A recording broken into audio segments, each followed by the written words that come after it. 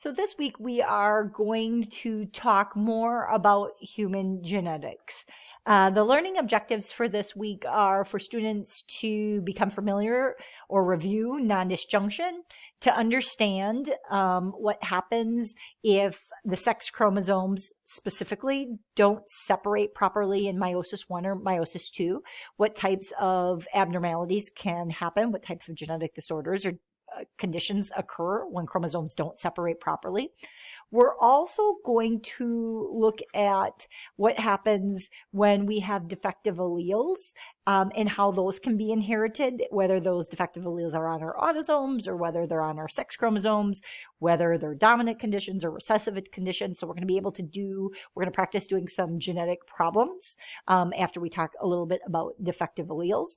And then finally, we're going to use pedigrees as a way to sort of follow or sort of map different genetic conditions within families. So we're going to be able to look at a pedigree, we're going to determine the pattern of inheritance, and then we're going to be able to figure out genotypes.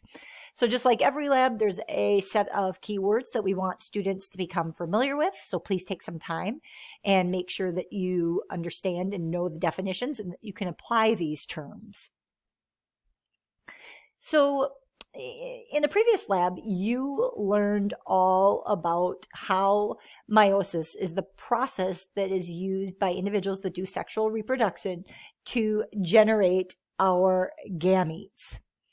Ultimately, when we generate our gametes through the process of meiosis, the final outcome that we sort of expect is to produce 4 gametes, and they should all be genetically unique, but they should have half the chromosome number that the parent cell had. So for example, if this is our parent cell, right, and let's say we started with 46 in that parent cell, by the time we get done, we expect that we had produced 4 haploid gametes, and that they should have half as much genetic material. So each of our gametes should have 23 chromosomes.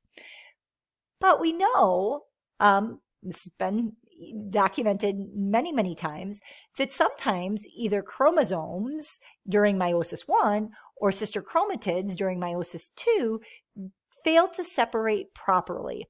And if the chromosomes or the sister chromatids fail to separate properly, what that's going to lead to is gametes that have the wrong number of chromosomes. So either too many or too few. So for example here, right, we started with 4 chromosomes.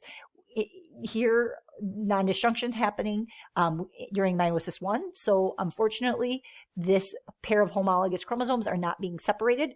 So this results in 2 daughter cells. If we look here, this daughter cell has 1 too many chromosomes, and this daughter cell has 1 too few.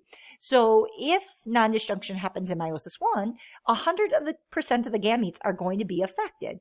These gametes are going to have 1 extra chromosome, and these gametes are going to have one, are going to be missing a chromosome. Again, in both cases, we know that if you have the wrong chromosome number, it leads to genetic conditions.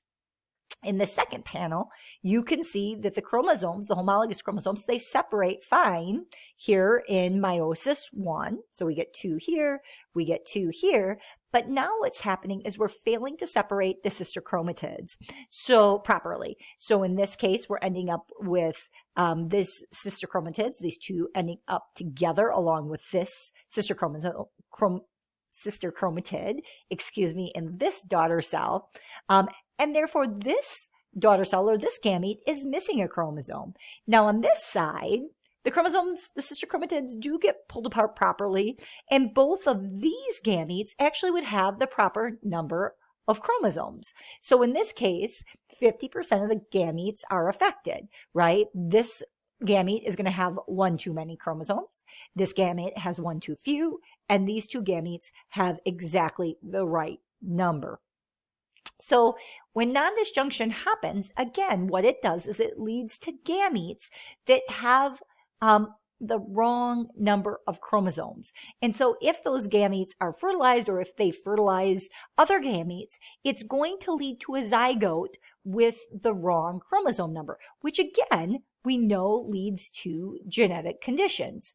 So normally in humans, right, this is a karyotype, and this karyotype is basically showing you the chromosomes that the homologous chromosomes, and they've been paired up for you. So here's pair number 1, here's pair number 2, 3, 4, 5, all the way to pair number 23, right? So humans have 23 pairs of chromosomes, or 46 total chromosomes. The first 22 pairs are autosomes. They don't determine your sex. They don't determine if you're male or female. It's the sex chromosomes that you're seeing here in the 23rd pair that determine sex. So an individual that has 2 X chromosomes that's lacking a series of genes that are typically found on the Y, called the SRY genes, is going to develop into a female.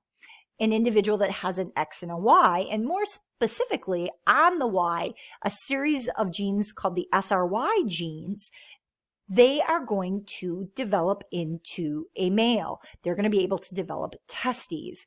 So it's the 23rd pair of chromosomes that we really talk about being the set of chromosomes that determines your sex. Now notice that for each pair, you should have 2 chromosomes, and only 2 chromosomes. Now we know that there are genetic conditions that occur where you may have an extra chromosome, or you may be missing a chromosome. If you have an extra chromosome and you have 3 chromosomes instead of 2, we refer to that as a trisomy condition. Alternatively, if you only have 1 chromosome instead of 2, right, you should have 2, but if you only have 1, we refer to that as a monosomy condition.